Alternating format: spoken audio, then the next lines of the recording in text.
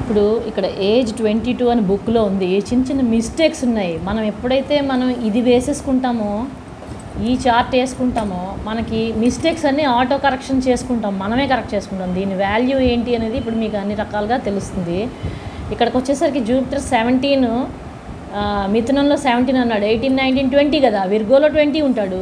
కానీ ఇక్కడ ఏం చెప్పాడు, age 22 when Jupiter transits Mercury's exaltation house of Virgo. కాబట్టి ఇది ఎర్రరు, అది మనం కరెక్ట్ చేసుకుంటాం. సో ఏది రైట్ ఏది రాంగ్ అనేది పుస్తకం ఉంది కదా అని చదువుకోవడం కాదు, మనం కూడా అరైవ్ అవుతూ ఉండాలి. క్రాస్ చెక్ అనేది చాలా ఇంపార్టెంట్, లేకపోతే మనం ఫుల్ కన్ఫ్యూజన్లోకి వెళ్ళిపోతాం. మనకి ఏంటి మనం ఏం ముందు అంటే కరెక్షన్స్ అనేది ముందు, ఎర్రర్స్ అనేది మనం పట్టుకోవాలి, అవి ఎక్కడున్నా సరే అనేది నా important point. At age 20 Jupiter Mercury exaltation sign విర్గోలోకి వచ్చేసరికి అతని తాలూకా చదువు ఫుల్ స్ట్రీమ్లో అప్వర్డ్ డైరెక్షన్లో పరిగెట్టింది. ఎప్పుడైతే ఏజ్ 20కి అక్కడికే రావాలి కదా, మరి మనకు తెలుసు కదా 20కి ఆయన మెర్క్యూరీ తాలూకా విర్గో రాశిలోకి వచ్చాడు. అక్కడ వీనస్ ఉన్నాడు, వీనస్ కాదు యాక్చువల్గా ఉన్నది Mercury, because of exchange.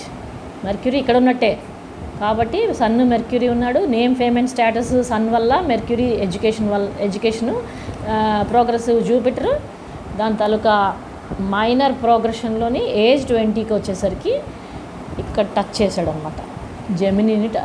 విర్గోని touch చేసి అతనికి ఎనలేని నేమ్ ఫేమ్ అండ్ స్టేటస్ ఇచ్చాడు అని చెప్పుకొచ్చాడు. ఈ రకంగా